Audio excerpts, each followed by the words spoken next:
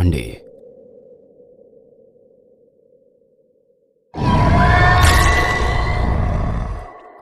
हम कुछ समझ पाते उसके पहले ही उस कुएं से कोई ऊपर आया और राजू को नीचे खींच के ले गया। लगभग 5 मिनट में एक आकृति ऊपर आई।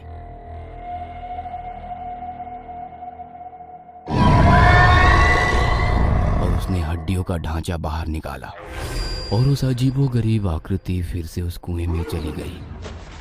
बुढ़िया ने बिखरी हुई हड्डियों को इकट्ठा किया।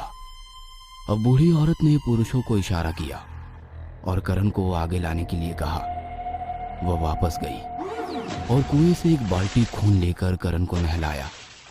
करण घबराकर बहुत चिल्ला रहा था, लेकिन बुढ़िया उन्हें देखकर अजीब तरीके से हंसने लगी।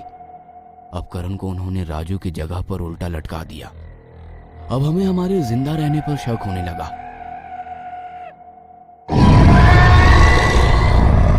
और अचानक कुएं से एक अजीब सी आकृति निकली और कुएं की दीवार पर आकर बैठ गई। धीरज ने मुझसे कहा, सर ये यति की तरह लग रहा है। यति? यति मतलब हीन मानव, जिनकी ऊंचाई 9 से 10 फीट होती है। तभी बुढ़िया ने फुसफुसाते हुए उससे कुछ कहा और तभी उसने अपना हाथ ऊपर उठाया। अब ग्रहण समाप्त हो चुका था। बुढ़िया ने खून से भरी बाल्टी उसके शरीर पर डाल दी, फिर पानी भी डाला। पानी डालने के बाद वो आदमी जैसा हो गया। जब उसने अपने चेहरे से पानी और खून पोंछा तो वो देखकर हम दंग रह गए, क्योंकि वो कोई और नहीं बल्कि खुद नाना भगत थे। हमारा सामना एक भयानक सच्चाई से हुआ। उन्होंने तुरंत करण को छोड़ने के लिए कहा। उन्होंने तुरंत हमें रिहा भी कर दिया और हमें जाने के लिए कहा। हालांकि रास्ते में उनकी परिवार के सभी सदस्य हमारे साथ थे। बुढ़िया, नाना की 3 बहनें और एक आदमी, तो एक आदमी आगे। ऐसा हम सब एक साथ कब्रिस्तान से होकर लकड़ी के पुल पर आ गए। हालांकि बूढ़ी औरत बहुत गुस्से में लग रही थी। उस बुढ़िया ने नाना भगत से कहा, इन्हें क्यों छोड़ा? अगर तुम्हारी भूख मिट गई थी तो हम चारों इन्हें खा लेते। कम से कम हमारी 10 साल के लिए उम्र बढ़ जाती। अगर तुम इन्हें छोड़ना चाहते हो तो छोड़ दो, लेकिन मैं उनमें से एक को भी नहीं छोड़ूंगी। ये कहकर बुढ़िया बाल्टी हाथ में जोर से घुमाई और करण को पीठ पर जोर से मारी। इससे करण वहीं पर गिर गया। मैं और धीरज हम दोनों जोर से भागने की कोशिश कर रहे थे। कुछ ही देर बाद बुढ़िया ने बाल्टी धीरज की पीठ पर फेंक के मारी। वो भी गिर गया। अब मेरा नंबर था, ये मुझे मालूम था। लेकिन इस बार बुढ़िया आकर मेरे सामने खड़ी हो गई और बहुत जोर से चिल्लाने लगी और भयानक अजीब हरकत करते हुए उसने मुझे एक हाथ से उठाया। उसी समय नाना भगत वहां आ गए और कहा, ग्रहण समाप्त हो गया है, अब ये किसी काम का नहीं है, तुम बस इन्हें जाने दो। ये सुनकर उसने चुपचाप मुझे नीचे उतारा और वो चली गई। नाना भगत ने कहा, आप जल्दी ही इस जगह को छोड़ दें। हम सब जिंदा रहने के लिए पहाड़ी की चोटी से भागे और उस बूढ़े आदमी की झोपड़ी के सामने आकर रुक गए। हमने उस बूढ़े आदमी से पानी मांगा। उन्होंने पूछा, राजू परब कहाँ है? हम सब चुपचाप बैठे रहे। एक बार फिर बूढ़े आदमी ने राजू के बारे में पूछा।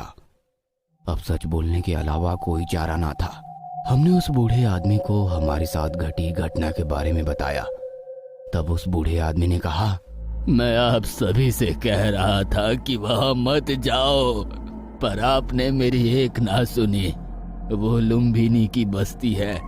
लुम्बिनी यानी कि मेरे भाई की पत्नी, जिसे वो लुम्बिनी की सिद्धि प्राप्त है। इसे वामन विद्या भी कहते हैं। इस सिद्धि का उपयोग करके वो मानव का रक्त निगलती है और हड्डियों का ढांचा उल्टी करके बाहर निकालती है और अपना जीवन मान बढ़ाती है।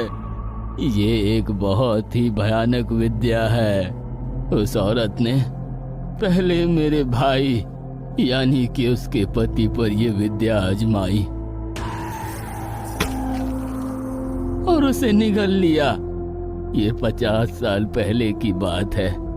उस औरत को मेरी भाभी कहते हुए भी मुझे शर्म आती है। वो औरत नहीं, एक डायन है, डायन।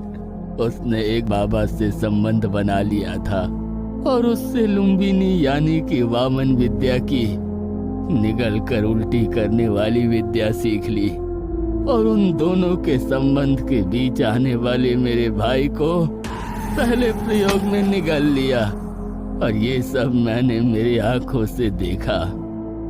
बाद में उसने अपने बच्चों को ये सब सिखाया। हर बार चंद्र ग्रहण की रात को ये सभी लोगों को फंसाकर नदी के उस पार जंगल में ले जाते हैं और उस मंत्र से भरे हुए कुएं से एक एक को निगल जाती है। जब खून और मांस खाया जाता है तब ये ढांचा तोड़कर उसकी कब्र बनाते हैं। वो जो 100-150 कब्र है वो सब निगले हुए और उल्टी करके निकाले हुए लोगों की है। ग्रहण शुरू होने से पहले नाना भगत नदी के पानी में खड़ा हो जाता है। दूसरी ओर लकड़ी के पुल के बगल में बने कुएं में वह उस नदी के एक गुप्त सुरंग से होकर जाता है। फिर 2 जंगली भैंसों को उस जगह पर लाया जाता है।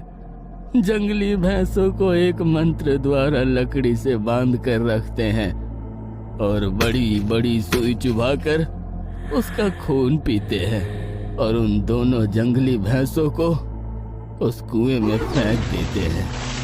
उन जंगली भैंसों का मांस खाने के बाद नाना भगत यति की यानी कि एक हिम मानव का रूप धारण कर लेता है। उस समय भैंसों के खून की वजह से कुएं का पानी लाल हो जाता है। जिस आदमी को निगलना होता है उसको नहलाने के लिए उस लाल पानी का उपयोग किया जाता है। फिर आदमी को लकड़ी के खंभे से बांध दिया जाता है। नीचे कुएं का आदमी यति के भयानक रूप में आकर उसे निगल लेता है और फिर उसकी हड्डियां उल्टी करके बाहर निकाल देता है। निगले हुए आदमी का जितना जीवन होता है वह निगलने वाले को मिलता है। इस तरह ये लुम्बिनी की निगल कर उल्टी करने की कुविद्या है। मैं राजू को कह रहा था शाम होने से पहले उस गांव से वापस आ जाने के लिए, लेकिन बेचारे ने मेरी नहीं सुनी और अपने ही मौत को समीप खींच लिया। आपकी किस्मत अच्छी है। ग्रहण खत्म होने के बाद उनकी सारी शक्तियां चली जाती है, इसलिए आप लोग बच गए और इसीलिए उन्होंने आपको जाने दिया। नहीं तो आपकी भी कब्र आज वहीं बन जाती। नदी का दूसरा किनारा साल भर फिर से कब्रिस्तान की तरह दिखता है। वो कुआं भी गुप्त हो जाता है और वो कुटिया भी गायब हो जाती है। इस परिवार को हमेशा नए चंद्र ग्रहण का इंतजार रहता है। मैं यहाँ पिछले 50 साल से रह रहा हूँ। वे कई सालों से लोगों को निगलने का काम कर रहे हैं। आज तक केवल आप ही हैं जो बच गए हैं। बूढ़े आदमी की बात सुनकर हम जान गए थे कि हम कितने भाग्यशाली हैं। हम तुरंत वहां से निकल गए। यह घटना आज भी किसी के भी मन से निकली नहीं है। बहुत ही डरावनी रही लुम्बिनी की चंद्र ग्रहण की रात में निकलने वाली वामन विद्या की ये कहानी। ये आज भी हमें चंद्र ग्रहण के समय सोने नहीं देती।